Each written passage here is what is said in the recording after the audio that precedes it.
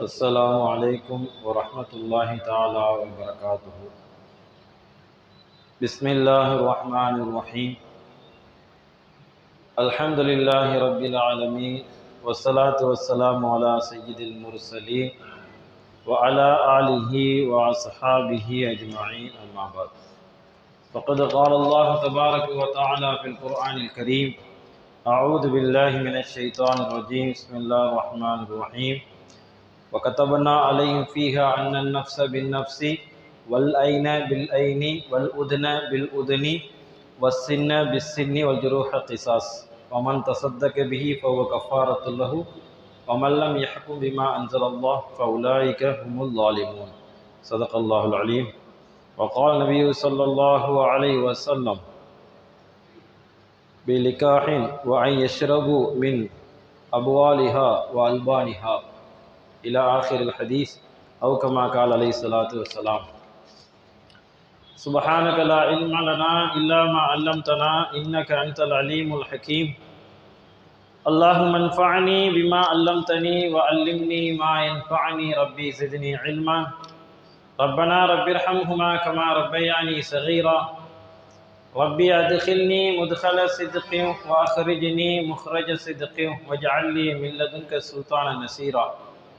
اللهم صل على سيدنا محمد وعلى آل سيدنا محمد وبارك وسلم عليه، يا أول الأولين ويا آخر الآخرين ويا ذا القوة المتين ويا راحم المساكين يا أرحم الراحمين. اللهم ارحمنا برحمتك يا أرحم الراحمين. எல்லா புகழும் அல்லாஹ் ஜல்ல ஷானுஹு தஆலாவுக்கே உரித்தாகட்டுமாக.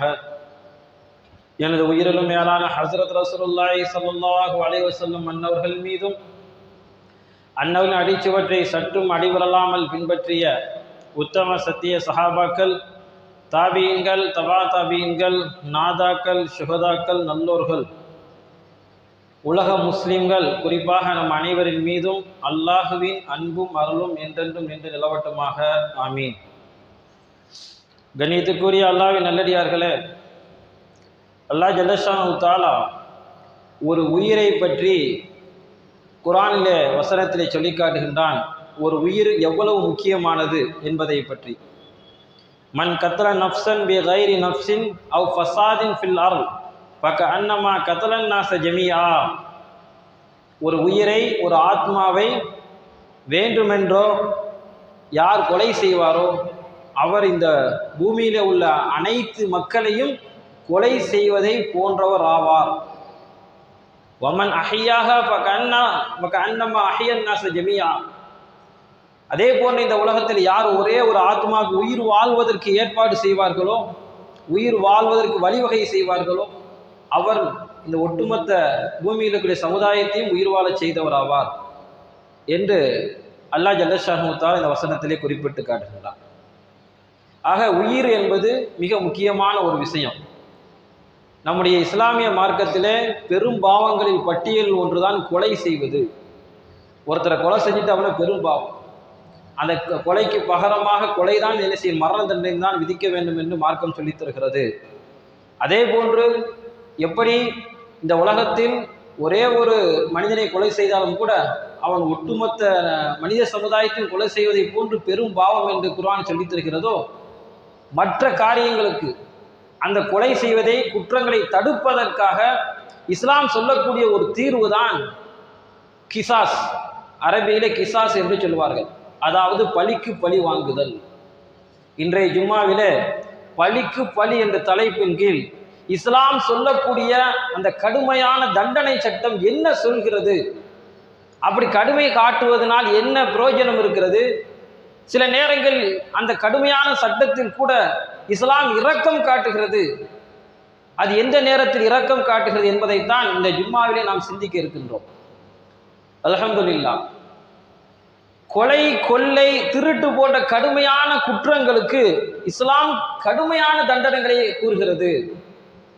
இந்த உலகத்தில் எந்த ஒரு அரசாங்கமும் சொல்லாத ஒரு சிறப்பான வழிகாட்டுதலை நம்முடைய இஸ்லாமிய மார்க்கம் நமக்கு சொல்லித் தருகிறது. குர்ஆனிய ஒரு வசனம் இப்படி வருகிறது, பழி வாங்குதல், கிசாஸ். குர்ஆன் சொல்லித் தருகிறது, وكتبنا عليهم فيها أن النفس بالنفس والعين بالعين والأنف بالأنف والأذن بالأذن والسن بالسن والجروح قصاص. நாம் சில விஷயங்களை விதியாக்கி இருக்கிறோம். உயிருக்கு பகரமாக உயிர், கண்ணுக்கு பகரமாக கண், பல்லுக்கு பகரமாக பல், காதுக்கு பகரமாக காது. இப்படி ஏதாவது ஒரு உறுப்புகள் சிதைக்கப்பட்டால் அதுக்கு பகரமாக உறுப்புகள் சிதைக்கப்படும். ஒருத்தர் பல்ல உடைச்சிட்டாரு அப்படின்னா அதுக்கு பகரம் கிசாஸ், பலிக்கு பழி வாங்குறது என்ன அப்படின்னா அவருடைய பல்ல உடைக்கிறது. மார்க்கம் இப்படி ஏன் சொல்லித்தர வேண்டும்? அல்லாஹ் ஜல்லஷானு தஆலா இந்த கிசாஸ் என்ற விஷயத்தை நமக்கு தந்திருக்கிறான், பலிக்கு பழி ஏற்படுத்துதல். இப்படி இன்னொருத்தருடைய பல்லை உடைத்தால், இன்னொருத்தருடைய கண்ணுக்கு சேதாரத்தை ஏற்படுத்தினால் நமக்கும் அதே விளைவை தரும் என்ற பயம் இருக்கும்போதுதான் ஒரு மனிதன் குற்றம் செய்யாமல் இருக்க முடியும். இல்லை யாரையும் எப்படி வேணா அடிச்சுட்டு போயிடலாம், எந்த உறுப்புகளையும் காலி பண்ணிட்டு போயிடலாம், யாரை கொலை செய்துட்டு போயிடலாம் என்ற ஒரு நிலை இருக்குமேயானால் அந்த குற்றம் என்பது தொடர்ந்து கொண்டே இருக்கும். அதனால் இந்த வசனத்திலே அல்லாஹ் சொல்லி காட்டுகின்றான், மிக மிக முக்கியமான ஒரு வசனம். யாராருக்கு என்னென்ன பிரச்சனையோ அதுக்கு பழிக்கு பழி வாங்கப்படும். அதே நேரத்தில் வசனம் அதோடு முடியல. கண்ணுக்கு பகரமாக கண், பல்லுக்கு பகரமாக பல், மூக்குக்கு பகரமாக மூக்கு, காதுக்கு பகரமாக காது என்று சொல்லிவிட்டு காயங்கள் எவ்வளவு ஏற்பட்டிருக்கிறதோ வல் ஜுருஹு கிசாஸ், அந்த அளவுக்கு காயத்தை ஏற்படுத்த வேண்டும். இதுதான் என்னது கிசாஸ் என்று சொல்லக்கூடிய விஷயம். அதே நேரத்தில் அந்த வசனத்துடைய தொடர் சொல்லி தருகிறது, வமன் தஸத்தக பிஹி, யார் அதை தர்மமாக விட்டு விடுவாரோ. ஒருத்தர் அடிச்சாரு, ஒருத்தருடைய பல்லு உடைஞ்சு போச்சு. அவர் என்ன நினைக்கிறாரு, பழிக்கு பழி வாங்காம ஃபமன் தஸத்தக பிஹி, பரவாயில்ல அப்படி மன்னிச்சு விட்டுறாரு, அதை தர்மமா நினைச்சுக்கிறேன்னு விட்டுட்டார். அப்படி விட்டு விட்டால் குர்ஆன் சொல்லி தருகிறது, ஃபஹுவ கஃபாரத்துல் லஹு, அது அவருக்குரிய பாவ மன்னிப்பாக இருக்கிறது. யாராவது நம்மளை ஒருத்தவங்க அடிச்சுட்டாங்க, நம்முடைய கையை உடைச்சிட்டாங்க, நம்முடைய காலை உடைச்சிட்டாங்க, நமக்கு ஏதாவது நம்முடைய உடல் உறுப்புகளை சேதாரத்தை ஏற்படுத்திட்டாங்க, அது அல்லாஹுக்காக நான் தர்மம் செஞ்சு விட்டுடுறேன் என்று யாராவது நினைத்து விட்டு விட்டால், பழி வாங்காமல் திருப்பி அடிக்காமல் பழி வாங்காமல் விட்டு விட்டால் ஃபஹுவ கஃபாரத்துல் லஹு, அது அவருக்குரிய பாவ மன்னிப்பாக இருக்கிறது என்று அல்லாஹ் சொல்லி தருகின்றான். இதுதான் இந்த வசனத்துடைய தொடர். இந்த வசனத்துடைய ஆரம்பம் என்ன சொல்கிறது, பழி வாங்க வேண்டும், அப்பதான் குற்றம் குறையும். அதே நேரத்தில் மன்னிப்பிற்கும் இடம் உண்டு. வமல்லம் யஹ்கும், அதனுடைய தொடர் அல்லாஹ் சொல்லுகின்றான், வமல்லம் யஹ்கும் பிமா அன்ஸல அல்லாஹ், அல்லாஹ் எதை இறக்கி வைத்திருக்கிறானோ அதை கொண்டு தீர்ப்பு வழங்கவில்லையானால் அவர்கள் தான் அநியாயக்காரர்கள் என்று சொல்லி தருகின்றான். இந்த இடத்துல யாரெல்லாம் நீதிபதியா இருக்கிறாங்களோ, யாரெல்லாம் பஞ்சாயத்து பண்றாங்களோ, யாரெல்லாம் தீர்வுக்காக வேண்டி போகிறோமோ அந்த தீர்ப்பு வழங்கக்கூடிய நீதிபதி எப்படி இருக்க வேண்டும் என்று கடைசியில் அல்லாஹ் சொல்லி தருகின்றான். வமல்லம் யஹ்கும் பிமா அன்ஸலல்லாஹ், அல்லாஹ் என்ன சொல்லியிருக்கிறானோ அதன்படிதான் தீர்ப்பு வழங்கணும். அப்படி வழங்கவில்லை என்றால் குர்ஆனுடைய வசனம் சொல்லி தருகிறது, அவர்கள் தான் அநியாயக்காரர்கள்.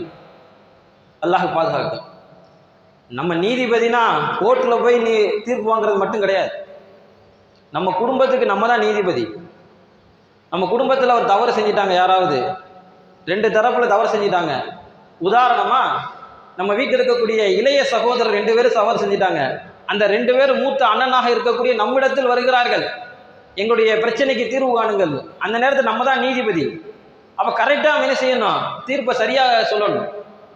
குறிப்பாக குர்ஆனும் ஹதீஸும் நமக்கு எப்படி சொல்லி தந்திருக்கிறதோ அந்த அடிப்படையில் இருக்கணும். ஒரு உதாரணம், இது போன்ற சமுதாய பிரச்சனைகளாக இருக்கட்டும், நாம் எங்கெல்லாம் நீதிபதியாக நமக்கு பொறுப்பு வழங்கப்பட்டிருக்கிறதோ அந்த நேரத்தில் அல்லாஹ்வுடைய சட்டத்திட்டத்திற்கு உட்பட்டு தீர்ப்பு வழங்குவோமே, ஆனால் நாம் அநியாயக்கார பட்டியலில் சேர மாட்டோம். இல்லைன்னா குர்ஆன் சொல்லி தருகிறது, வமல்லம் யஹ்கும் பிமா அன்ஸலல்லாஹ் ஃபஉலாயிக ஹுமுல் ஸாலிமூன், அவர்கள் தான் அநியாயக்காரர்கள் என்று சொல்லி தருகிறது. அப்ப இந்த வசனம் ரொம்ப முக்கியமான ஒரு வசனம். குர்ஆன்ல சொல்லக்கூடிய விஷயம், பழிக்கு பழி என்பது உண்டு. ஏனென்றால் அதன் குற்றங்கள் குறைக்க முடியும். ரெண்டாவது, ஒரு கால் பாதிக்கப்பட்டவர் மன்னித்து விடவும் முடியும். அதற்கும் அவருக்கு நன்மை இருக்கிறது. யாரெல்லாம் நீதிபதியாக இருக்கிறீர்களோ அவர்கள் எல்லாம் அல்லாஹ்வுடைய சட்டத்துக்கு உட்பட்டு நீங்கள் தீர்ப்பளிக்க வேண்டும் என்று குர்ஆன் சொல்லித் தருகிறது. ஒரே ஒரு வசனம் இத்தனையும் அதில் இருக்கிறது. இத்தகைய தண்டனைகளை இஸ்லாம் நடைமுறை கொண்டு வருவதற்கான காரணம், மக்கள் என்ன செய்ய வேண்டும்? திருந்தி வாழ வேண்டும், குற்றங்கள் குறைய வேண்டும், சரியான முறையில் ஒழுக்கத்தோடு இந்த மனிதர்கள் வாழ வேண்டும் என்பதற்காகத்தான் இஸ்லாம் இவ்வளவு கடுமையான சட்டத்தை நமக்கு தந்திருக்கிறது. நமக்கெல்லாம் தெரியும், டெல்லியில கடந்த 2012ஆம் ஆண்டு நிர்பயா வழக்கு, அப்படியே நாடாளுமன்றமே அதிர்ந்து போன வழக்கு. மருத்துவ மாணவி 4 நபர்களால் பாலியல் பலாத்காரம் செய்யப்பட்டு ஓடக்கூடிய பேருந்திலிருந்து தூக்கி எறியப்பட்டவள், சிகிச்சை பலனின்றி இறந்து போனார்கள். கடுமையான விமர்சனம். அந்த நேரத்தில் அரசியல் தலைவர்கள் அத்தனை நபர்களும் சொன்ன வார்த்தை என்ன தெரியுமா? இஸ்லாமிய தண்டனை கொடுக்கப்பட வேண்டும், இஸ்லாமிய நாடுகளில் வழங்கக்கூடிய தண்டனை கொடுக்கப்பட வேண்டும், அப்போதுதான் இது போன்ற நிகழ்வுகள் நடக்காது என்று சொன்னார்கள். அப்போது மட்டுமல்ல, அவ்வப்போது ஏற்படுகின்ற ஒவ்வொரு நிகழ்வுகளிலும் தலைவர்கள், அரசியல் விமர்சகர்கள் சொல்லக்கூடிய வார்த்தை என்ன தெரியுமா? இஸ்லாமிய நாடுகளை போன்று தண்டனை வழங்க வேண்டும், இவர்களுக்கெல்லாம் மரண தண்டனை வழங்க வேண்டும், இவர்களெல்லாம் நடு ரோட்டிலே விட்டு சுட வேண்டும் என்று சொல்லுவார்கள். அதையெல்லாம் 1400 வருடங்களுக்கு முன்பாகவே இன்னென்ன பிரச்சனைகளுக்கு, இன்னென்ன குற்றங்களுக்கு இப்படி தண்டனை கடுமையாக இருந்தால்தான் இந்த உலகத்தில் நீதியை நிலைநாட்ட முடியும் என்று இஸ்லாம் நமக்கு சொல்லி தந்திருக்கிறது. உரைனா நிகழ்வு நமக்கு வரலாற்றிலே கேள்விப்பட்டிருக்கலாம். உரைனா என்ற ஒரு குலத்தினர், கோத்திரத்தினர் மதீனாவுக்கு வர்றாங்க. மதீனாவுக்கு வந்த நேரத்தில் அவங்களுக்கு அந்த மதீனாவுடைய தட்பவெட்ப சூழ்நிலை அவங்க ஒத்துக்கிறல, வந்து தங்குறாங்க. பெருமானார் ஸல்லல்லாஹு அலைஹி வஸல்லம் அவர்களிடத்துல போய் அனுமதி கேட்குறாங்க. எங்களுடைய உடம்பு சூழ்நிலை சரியில்லை, எங்களுக்கு ஒரு விதமான நோய் வந்திருக்கிறது, சிரமமாக இருக்கிறது என்று சொன்ன நேரத்தில் ஸல்லல்லாஹு அலைஹி வஸல்லம் அவங்க சொன்னாங்க, இந்த இடத்துல ஒரு ஒட்டகங்கள் மேய்ந்து கொண்டிருக்கிறது. அது ஸல்லல்லாஹு அலைஹி வஸல்லம் முஸ்லிம்களுக்கு உரிய ஒட்டகங்கள். இந்த ஒட்டகங்கள் மேயக்கூடிய இடத்துக்கு சென்று அந்த ஒட்டகத்துடைய பாலையும் சிறுநீரையும் நீங்கள் அருந்துங்கள், உங்களுக்கு உடல்நிலை சரியாகிவிடும் என்று ரசூல் ஸல்லல்லாஹு அலைஹி வஸல்லம் அவர்கள் சொல்லி அனுப்பி வைக்கிறார்கள். இந்த உரைனா கோத்திரத்தாரர் என்ன செஞ்சாங்க? நேரா அந்த இடத்துக்கு போனாங்க, ஒட்டகத்தினுடைய பாலையும் சிறுநீரையும் குடித்தார்கள். அதன் மூலமாக அவர்களுக்கு நோய் ஷிஃபா ஏற்பட்டது, நோய் நிவாரணமானது. காலையில் போய் குடிச்சாங்க, நோய் நிவாரணம் ஏற்பட்டுச்சு. நண்பகல்ல அந்த ஒட்டகத்தை மேய்த்து கொண்டிருந்த காவலாளியை கொலை செய்துவிட்டு அந்த ஒட்டகங்களை எல்லாம் ஓட்டி சென்று விட்டார்கள், திருடி கொண்டு சென்று விட்டார்கள். இந்த விஷயம் பெருமானார் ஸல்லல்லாஹு அலைஹி வஸல்லம் அவர்களுடைய காதுக்கு வருகிறது. உடனே ஸல்லல்லாஹு அலைஹி வஸல்லம் அவர்கள் ஒரு கூட்டத்தை அனுப்புகிறார்கள், ஒரு குழு அனுப்பி தேட சொல்றாங்க. தேடி போய் அந்த குழு என்ன செஞ்சுட்டாங்க? அவங்களை பிடிச்சிட்டே வந்துட்டாங்க. உரைனா கிளையார பிடிச்சிட்டே வந்துட்டாங்க ஸல்லல்லாஹு அலைஹி வஸல்லம் முன்னாடி. ஸல்லல்லாஹு அலைஹி வஸல்லம் அவங்களுக்கு என்ன தண்டனை கொடுத்தாங்க தெரியுமா? எந்த பேச்சுவார்த்தை எதுவும் கேட்கல. கூட்டிட்டு வந்து ஸல்லல்லாஹு அலைஹி வஸல்லம் கொடுத்த தண்டனை, அவங்களுடைய கால்களும் கைகளும் வெட்டப்பட்டு, கண்களிலே சூடு போடப்பட்டு, அப்படியே வெட்ட வெளியிலே விடப்பட்டார்கள். ஹுர்ரா என்று சொல்லக்கூடிய பாறைகள் நிறைந்த வெட்ட வெளியில தூக்கி போட்டாங்க. அப்படியே அவங்க இறந்து போகட்டும் அப்படின்னு. காரணம் என்ன அப்படின்னா, அவங்க செஞ்ச தப்பு என்ன? ஒட்டகத்தை மேய்க்கக்கூடிய காவலாளை கடுமையான முறையில் தாக்கி கொலை செஞ்சிருக்கிறாங்க. கண்களையும் மூக்குகளையும் என்ன செஞ்சிருக்காங்க? சிதைத்து அவர்கள் கொலை செய்திருக்கிறார்கள். 2வது விஷயம் திருட்டு, ஒட்டகத்தை திருடிட்டு போயிருக்கிறாங்க. ஸல்லல்லாஹு அலைஹி வஸல்லம் அவங்களுக்கு இந்த கடுமையான தண்டனை கொடுத்தாங்க. பெருமானார் ஸல்லல்லாஹு அலைஹி வஸல்லம் எவ்வளவு இரக்கம் உள்ளவங்க, யாருக்கும் சிறு கஷ்டம் கொடுக்க மாட்டாங்க. ஆனால் குற்றம் என்று வந்த பிறகு ஸல்லல்லாஹு அலைஹி வஸல்லம் அவர்கள் அதனை கடுமை காட்டினார்கள். அந்த உரைனா கோத்திரத்தாருக்கு கடுமையான தண்டனை கிடைத்தது. கண்களிலே சூடு போடப்பட்டு, கால்களும் கைகளும் வெட்டப்பட்டு அவர்கள் தூக்கி எறியப்பட்டார்கள். ஆக இதற்கெல்லாம் காரணம் என்னவென்று சொன்னால், குற்றங்கள் குறைய வேண்டும் என்றால் சரியான தண்டனை இருக்க வேண்டும். ஒரு பெண்மணி, ஒரு சின்ன பிள்ளை, ஒரு சிறுமி ரோட்டிலே சென்று கொண்டிருக்கும் பொழுது யாரோ ஒருவர் தலையை நசுக்கி கொண்டு விட்டார். தலையை நசுக்கி 2 கல்லுக்கு மத்தியில் கிடக்கிறாங்க. குத்துயிரும் கொலையுயிருமாக அந்த சிறுமி உசுருக்கு அப்படியே போராடி கொண்டு கடைசி நிமிடங்கள் 2 கல்லை வச்சு நசுக்கியிருக்காங்க பெருமானார் ஸல்லல்லாஹு அலைஹி வஸல்லம் உடைய காலத்தில். அப்போ ஸல்லல்லாஹு அலைஹி வஸல்லம் தகவல் தெரிவிக்கப்பட்டு ஸல்லல்லாஹு அலைஹி வஸல்லம் வந்து பார்க்குறாங்க. அந்த சிறுமிகிட்ட கேட்குறாங்க, யார் இப்படி உன்னை பண்ணது அப்படின்னு கேட்குறாங்க, விசாரிக்கிறாங்க. இவரா அவரான்னு விசாரிக்கிறாங்க. அந்த சிறுமி யாருக்கும் பதில் சொல்லலை. ஒவ்வொருத்தராக கேட்குறாங்க, இல்லைன்றாங்க. கடைசியாக இன்ன யூதரா அப்படின்னு கேட்கும் பொழுது, இந்த நபரான்னு கேட்கும் பொழுது அந்த சிறுமி என்ன செஞ்சிட்டாங்க? ஆமாண்டாங்க, தலையை அசைச்சிட்டாங்க. அது யாருன்னு பார்த்தா ஒரு யூதர். ஸல்லல்லாஹு அலைஹி வஸல்லம் அவர்கள் அந்த யூதரை வரவழைக்க சொன்னார்கள். யூதர் வந்தார். யூதரிடத்தில் கேட்கப்பட்டது முதல்ல குற்றத்தை ஒப்புக்கொள்ளணும். இஸ்லாமிய சட்டத்தில் மிக முக்கியமான விஷயம், அவர் யார் குற்றம் செய்தாரோ அவர் ஒத்துக்கொள்ளணும், நான் தான் அந்த குற்றத்தை செஞ்சேன், ஏற்றுக்கொண்டதுக்கு பிறகுதான் தண்டனை நிறைவேற்ற முடியும். இப்போ நிறைய பேர் ஏற்றுக்கொள்ள மாட்டேங்கிறாங்க. ஆனால் சாட்சிகளை வைத்து அவர்களுக்கு நெருக்கடி கொடுத்து நீங்கள் ஒத்துக்கொள்ள வைக்க வேண்டும். ஒத்துக்கொண்டதற்கு பிறகுதான் தண்டனை. பெருமானார் ஸல்லல்லாஹு அலைஹி வஸல்லம் அவர்கள் முன்னால் வந்ததற்கு பிறகு அந்த யூதர் ஒத்துக்கொண்டார். அல்லாஹ்வின் தூதர் அவர்களே, நான் தான் இந்த வேலையை செஞ்சேன். ஸல்லல்லாஹு அலைஹி வஸல்லம் என்ன செஞ்சாங்க? அதே மாதிரி கிசாஸ், பழிக்கு பழி, அதே மாதிரி ஸல்லல்லாஹு அலைஹி வஸல்லம் கல்லுக்கு மத்தியில் அந்த ஈதனுடைய தலையை நசுக்குவதற்கு உத்தரவிட்டார்கள். வரலாற்றில் இருக்கிறது. இந்த தண்டனை நிறைவேற்றி இருக்கிறார்கள். இப்படியாக தண்டனை என்பது குற்றங்களை தடுப்பதற்கு மிக முக்கியமான ஒரு காரணியாக இருக்கிறது. இன்னைக்கு தண்டனை குறைவாக இருக்கிறதுனால எல்லா தவறுகளுமே சர்வசாதாரணமாக செய்து கொண்டே போகிறார்கள். 2009ஆம் ஆண்டு ஒரு வழக்கு ஈரானில் வருது. நீங்கள் பத்திரிகையில் படிச்சிருக்கலாம், பழைய செய்தி தான். 2009 ஈரானில் வரக்கூடிய தெஹ்ரான் நகரத்தில் வரக்கூடிய ஒரு வழக்கு. என்ன வழக்கு அது? ஆயிஷா என்ற ஒரு பெண்மணி, அந்த பெண்மணியுடைய முகத்தில் உடம்புல ஆசிட்டை தூக்கி ஒருத்தர் ஊற்றிடுறார். கடுமையான உடம்பை நசுக்கக்கூடிய கடுமையான ஆசிட்டை எடுத்து ஊற்றிடுறார். ஊற்றுற நபர் பேர் மஜீத். இப்போ அந்த பெண்மணிக்கு 17 இடங்கள்ல அறுவை சிகிச்சை செய்யப்படுது. அவ்வளோ கடுமையான ஆசிட்டை தூக்கி ஊற்றிடுறார். 17 இடத்துல அறுவை சிகிச்சை செய்ததற்கு பிறகும் கூட அவருடைய கண்ணை பாதுகாக்க முடியல. கண் பார்வை இழந்து விடுகிறாள். கண் பார்வை இழந்து விடுகிறாள் அந்த பெண்மணி. கடைசியாக வழக்கு வருகிறது. வழக்கு சென்று கொண்டிருக்கக்கூடிய நேரத்தில் தீர்ப்பு வருகிறது. தீர்ப்பு வரக்கூடிய நேரத்தில் ஈரானுடைய நீதிமன்றத்தில் அந்த பாதிக்கப்பட்ட பெண்மணி ஒரு கோரிக்கையை முன்வைக்கிறார். என்ன கோரிக்கை தெரியுமா? தண்டனை நீங்கள் கொடுக்கும் பொழுது எனக்கு எப்படி கண் பார்வை நான் இழந்து விட்டேனோ அதே போன்று அவருக்கும் கண் பார்வை இழக்க செய்ய வேண்டும். 20 சொட்டு டிராப்ஸ் ஆசிட் என்ன செய்யணும், கண்ணில் ஊற்றணும் அப்படிங்கிற ஒரு ஸ்டேட்மெண்ட்டை கொடுக்குறாங்க. நீதிபதி என்ன செஞ்சாங்க தெரியுமா? கிசாஸ் ஷரியாவின் அடிப்படையில், கிசாஸ் என்ற அடிப்படையில், பழிக்கு பழி என்ற அடிப்படையில் அதை ஏற்றுக்கொண்டார்கள். வரலாற்றிலே நீங்கள் புத்தகங்களை நீங்கள் பார்க்கலாம், நடந்த உண்மை. அப்படி அந்த தண்டனையும் அவருக்கு நிறைவேற்றப்படுகிறது. ஆக நீதிமன்றம் நாம் சென்றாலும் கூட சில நேரங்களில் தப்பிப்பதற்கு வழியை தேடக்கூடிய ஒரு குற்றவாளி நிறைய என்று இருக்கிறார்கள். அது மட்டுமல்ல, இன்று வாத திறமையால் எப்படியும் குற்றத்தை சரி செய்து விடலாம் என்றெல்லாம் நினைத்து கொண்டு குற்றவாளிகள் தப்பித்துக் கொண்டே போகிறார்கள். அதனால் என்ன நடக்கும்? சமுதாயத்திலே குற்றம் என்பது தடுக்கப்படாமல் போய்விடுகிறது.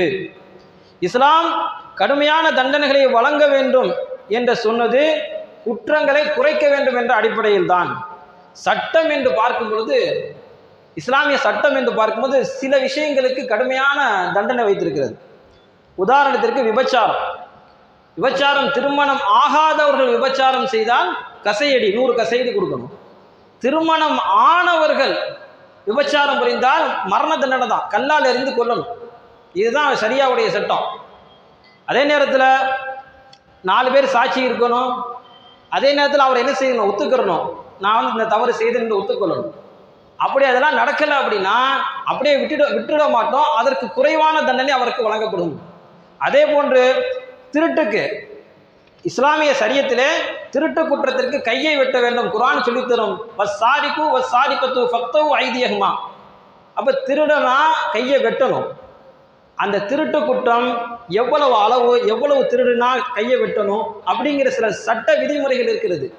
ஆகையினால இந்த இஸ்லாமிய சட்டம் சொல்லக்கூடிய ஒவ்வொரு தண்டனையும் நான் சரியாக நிறைவேற்றுவேயானால், அதே போன்று கொலை செய்தால் அதுக்கு பகரமாக கொலைதான் என்ற ஒரு சூழ்நிலை இருக்குமேயானால் யாரும் கொலை என்ன செய்ய மாட்டாங்க, ரொம்ப தைரியமாக செய்ய மாட்டாங்க.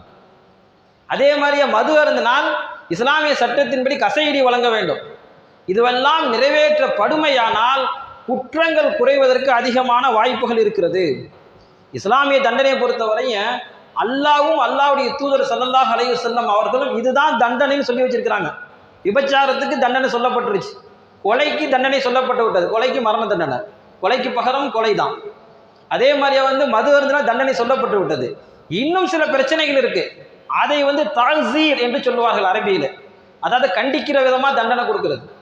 பொதுவாக நம்முடைய சமுதாயத்தில் நடக்கக்கூடிய பஞ்சாயத்துகள், அது சார்ந்த பிரச்சனைகள், அந்த நீதிபதி என்ன தண்டனை கொடுக்குறாரோ அதை ஏற்றுக்கிறணும்.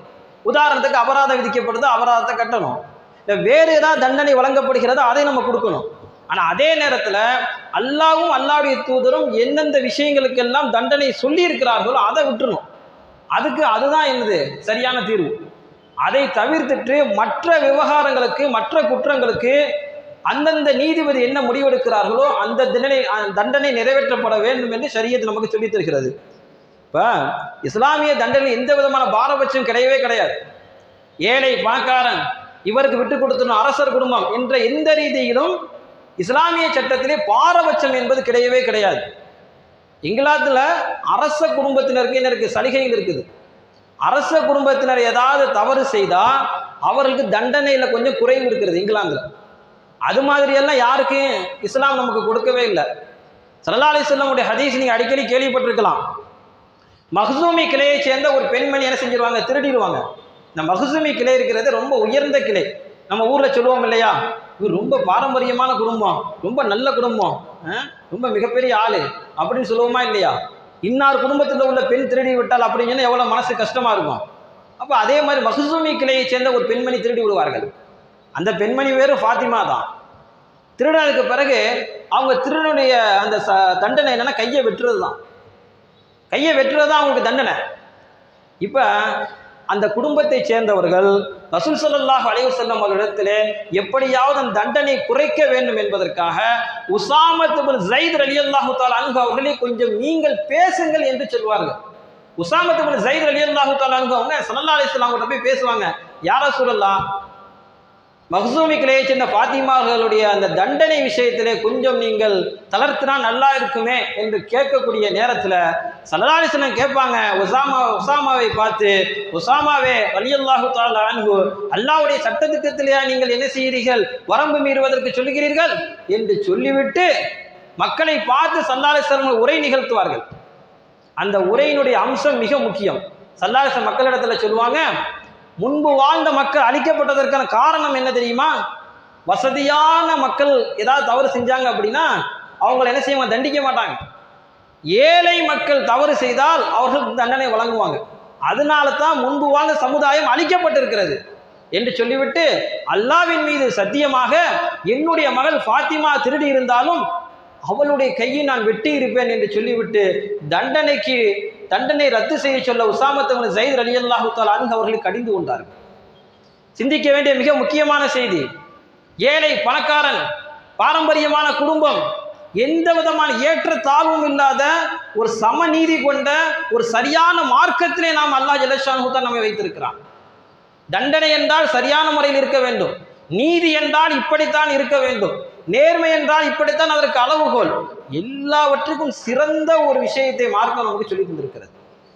அதுபோன்றுதான் குற்றவியல் சட்டம் என்று வரும் பொழுது இந்த தண்டனைக்கு கடுமைக்கு காரணம் என்று பார்க்கும் பொழுது ஏன் கொலைக்கு பகரமாக கொலை என்று சொல்ல வேண்டும் மார்க்கம்?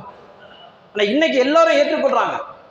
இன்னைக்கு எல்லா மக்களும், உலக தலைவர்கள், இன்னைக்குள்ள பிரச்சனையை சமாளிக்க முடியாமல் திணறக்கூடிய அத்தனை நாடுகளும் சொல்லுகிறது இஸ்லாமிய சட்டம் தான் வேண்டும். குறிப்பாக தண்டனைக்குரிய குற்றவியல் நடைமுறை சட்டத்தில் இஸ்லாம் என்ன வழங்குகிறதோ அந்த தண்டனை நிறைவேற்றினாதான் குற்றங்களை குறைக்க முடியும் என்று வாதிடுகிறார்கள். காரணம், அல்லாஹும் அல்லாஹ்வுடைய தூதர் சொன்ன சட்டம் தான் நிலையானது, கியாமத்து நாள் வரையும் மக்களுக்கு பயன் தரக்கூடியது. தண்டனைக்கு கடுமைக்கு காரணம் என்னவென்றால் உயிர்களையும் சொத்துக்களையும் மக்களின் மரியாதைகளையும் பாதுகாக்கணும். ஏன் நம்ம கடுமையான சட்டம்? உயிர் முக்கியம், சொத்துக்களை சூறையாடுவதை தடுக்கணும், அதே மாதிரியே மானம் மரியாதையை பாதுகாக்கணும். சட்டங்கள் கடுமையாக இருந்தால் தான் இதெல்லாம் பாதுகாப்பு கிடைக்கும். தற்காலத்தில் நம்ம பார்க்கிறோம், மிக சகஜமாக கொலைகள் நடக்கிறது. பத்திரிகையாளர் கொலை செய்யப்படுகிறார்கள், போலீஸ் ஸ்டேஷன்ல கொலை நடக்கிறது, பப்ளிக்காக ஓட ஓட விரட்டி வெட்டப்படுகிறார்கள். அடிக்கடி நம்ம செய்தித்தாள்களில் கேள்விப்படுறோம். என்ன காரணம்?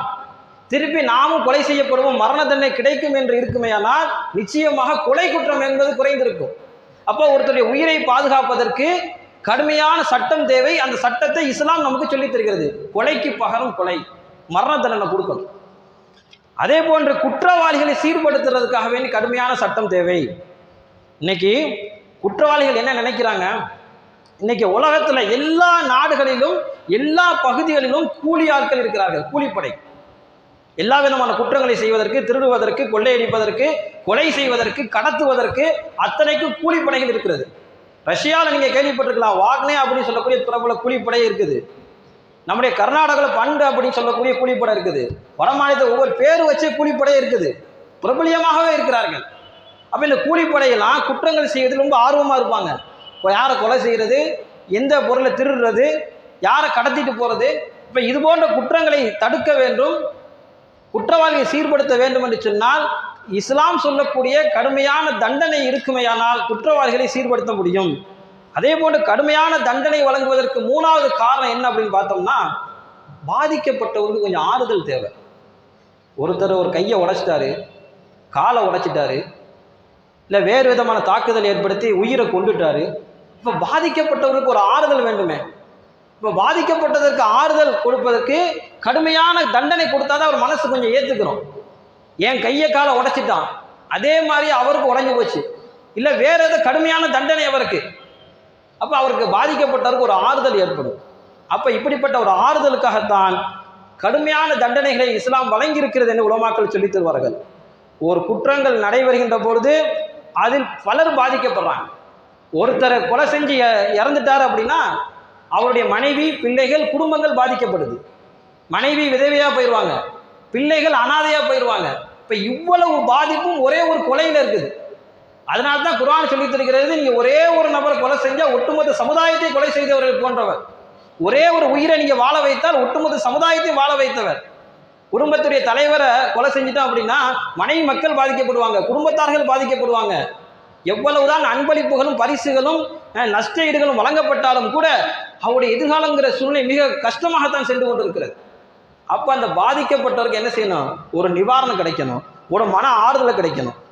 அதே நேரத்தில் நம்ம நிறைவேற்றக்கூடிய அந்த தண்டனை எல்லோரும் பயப்படக்கூடிய அளவுல வெட்ட வெளியில பொது வழியில இருக்க வேண்டும் என்று நமக்கு இஸ்லாம் சொல்லித் தருகிறது.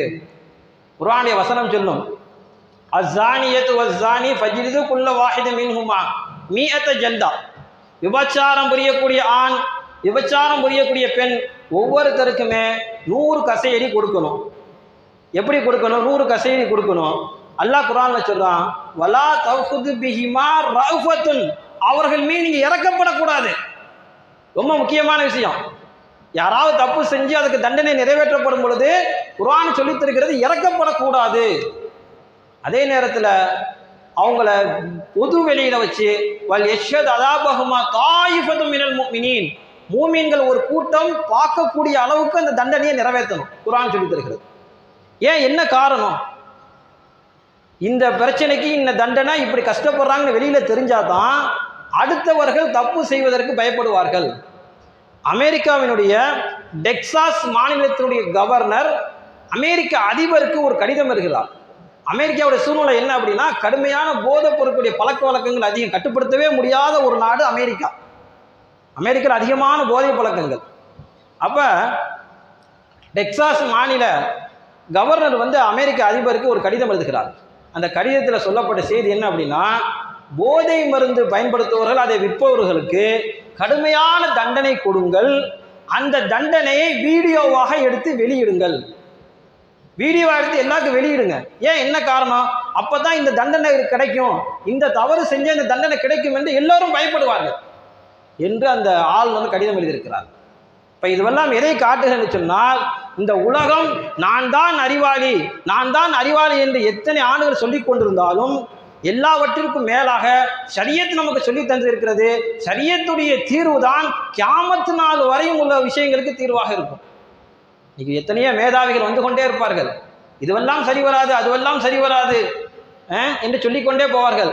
கடைசியில எல்லாத்தையும் ட்ரை பண்ணி பார்த்துட்டு எல்லாத்துலேயும் தோல்வி அடைந்து கடைசியாக தஞ்சம் கூறக்கூடிய விஷயம் என்ன தெரியுமா? இஸ்லாம் தான், இஸ்லாமுடைய சட்டம் தான் நமக்கு சரியா வரும் என்று சொல்லுவார்கள். அப்பேற்பட்ட ஒரு உன்னதமான இஸ்லாமுடைய சட்டத்தை பெற்றோர்களாக நாம் இருந்து கொண்டிருக்கின்றோம். ஷரியத்து குறிப்பிட்ட குற்றங்களுக்கு இப்படித்தான் என்று ஷரியத்து சொல்லியிருக்கிறது. அதே போல ஷரியத்தில் சொல்லப்படாத நிறைய விஷயங்கள் இருக்குது. எத்தனையோ சின்ன சின்ன பஞ்சாயத்துகள் பிரச்சனை வந்து கொண்டே இருக்கிறது. அந்த பிரச்சனைகளுக்கு எல்லாமே அந்தந்த நீதிபதிகள் எதை தீர்ப்பாக சொல்லுகிறார்களோ அதை நாம் எடுத்துக்கொள்ள வேண்டும். இந்த பழிவாங்குதல் என்று வரும்பொழுது கொலைக்கு பகரமாக மரண தண்டனை.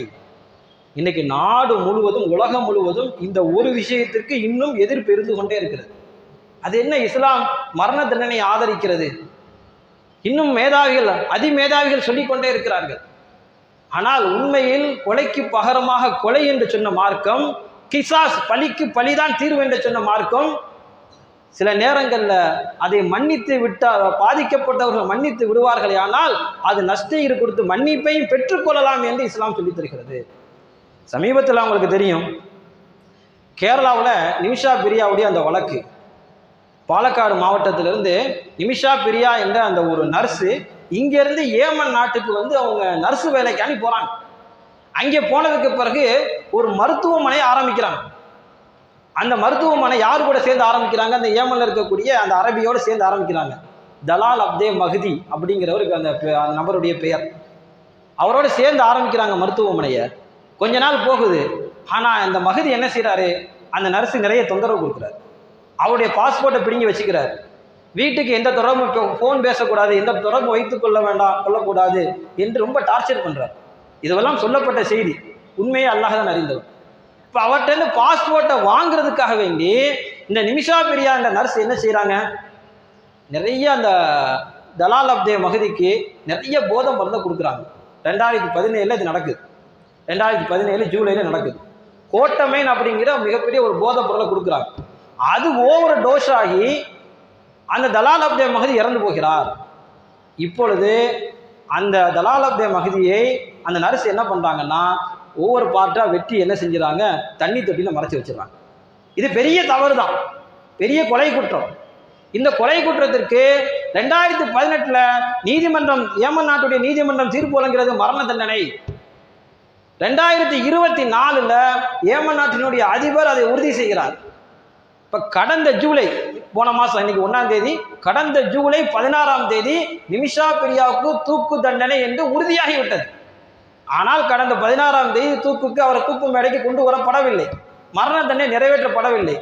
காரணம் என்ன என்று பார்க்கும் பொழுது, ஒரு உஸ்தாத் சொன்ன விஷயத்தின் காரணமாக ஒரு கேரளாவில் இருக்கக்கூடிய ஏபி அபுபக்கர் முஸ்லியார், நீங்கள் கேள்விப்பட்டிருக்கலாம், மிகப்பெரிய மதரசா வச்சு நடத்துகிறாங்க. இந்தியாவுடைய கிராண்ட் முஃப்தி என்று சொல்லக்கூடிய ஏபி அபுபக்கர் முஸ்லியார், கிட்டத்தட்ட வயசு 94. 94 நம்ம என்ன செய்வோம் நமக்கு அல்லாஹ்வுக்கு தான் தெரியும். 94 வயசு, ஆலிம், மிகப்பெரிய ஒரு ஆலிம், பேணுதல் உடையவங்க, பெரிய மதரசா வச்சு கேரளாவில் நடத்துகிறாங்க. அவங்களுக்கும் வெளிநாடுக்கு நல்ல தொடர்பு இருக்குது. அவங்க ஏமன் நாட்டினுடைய உஸ்தாதுமார்கள்ட்ட பேசி அந்த குடும்பத்தினர்கிட்ட அந்த நஷ்டஈடு வாங்கி கொண்டு இவருக்கு மன்னிப்பை கொடுங்கள் என்று பேசி அந்த தண்டனையை நிறுத்தி வைத்தார்கள் என்பது செய்தி. இது யார் வெளியிடுறாங்கன்னா ஆதாரபூர்வமாக அந்த ஏபி அபுபக்கர் முஸ்லியாருடைய அலுவலகத்திலிருந்தே வெளியிடுறாங்க இந்த செய்தியை. இதில் கவனிக்க வேண்டிய விஷயம் என்ன அப்படின்னா, இந்த நிமிஷா பிரியா வந்து மரண தண்டனை தடுப்பதற்காக எத்தனையோ சட்ட போராட்டங்கள் நடைபெற்றது. 40,000 அமெரிக்க டாலர்கள் வரை என்ன செஞ்சாங்க? எல்லாரும் சேகரித்தாங்க, எப்படியாவது கொடுத்து தப்பிச்சிடலாம். இந்திய கவர்மெண்ட்னால முடியல, நம்ம மத்திய அரசாங்கமே கைவிட்டு போனது. உச்ச நீதிமன்ற நீதிபதிகள் இதற்கு மேல் எங்களுக்கு முயற்சி செய்ய முடியாதுன்னு சொன்னாங்க. அப்படிப்பட்ட நேரத்தில் கேரளாவில் இருக்கக்கூடிய ஒரு ஆலிம் அங்குள்ள மௌலவிமார்கள்ட்ட, உஸ்தாதுமார்கள்ட்ட பேசி இந்த தண்டனையை ரத்து செய்தாங்க. 16ஆம் தேதி தூக்கில் போடலை. இப்போ ஒரு 4 நாளைக்கு முன்னாடி வந்த செய்தி, அந்த தண்டனை நிரந்தரமாகவே தடை செய்யப்பட்டு விட்டது, மரண தண்டனை அவங்களுக்கு கிடையாது. காரணம் என்ன அப்படின்னா, இஸ்லாமிய மார்க்கத்தில் கொலை செய்வதற்கு மரண தண்டனை என்று இருக்கிறது, பழிக்கு பழி என்று இருக்கிறது. அதே நேரத்தில் ஃபமன் தசத்தக பிஹி பஹுவ கஃபாரத்து லஹு, யார் மன்னித்து விடுகிறார்களோ அவர்களுக்கு நிறைய அல்லாஹ்வுடைய ரஹ்மத்தும் பாவ மன்னிப்பு கிடைக்கும், நஷ்டஈடை வாங்கி கொண்டு அவர்களை மன்னித்து விடலாம் என்று குர்ஆன் சொல்கிறது. அந்த அடிப்படையிலே அந்த நிகழ்வு நடந்திருக்கிறது. ஆக இஸ்லாம் இருக்கிறதே கியாமத்து நாள் வரைக்கும் வரக்கூடிய அத்தனை விஷயங்களுக்கும் தீர்வாக இருக்கும். அப்படிப்பட்ட உன்னதமான மார்க்கத்தில் நாம் பயணித்துக் கொண்டிருக்கிறோம். அல்லாஹ் ஜல்லஷானு தஆலா நம் அனைவரையும் ஷரியா முறைப்படி பின்பற்றி கடைசி வரையும் ஈமானோடு வாழ்ந்து ஈமானோடு மௌத்தாகக்கூடிய ஒரு நற்பாக்கியத்தை வல்ல ரஹ்மான் நம் அனைவருக்கும் தந்தல் புரிவானாக. ஆமீன். வாஹிர் தஅவானா அல்ஹம்துலில்லாஹி ரப்பில் ஆலமீன். அஸ்ஸலாமு அலைக்கும் வரஹ்மத்துல்லாஹி தஆலா வபரகாத்துஹு.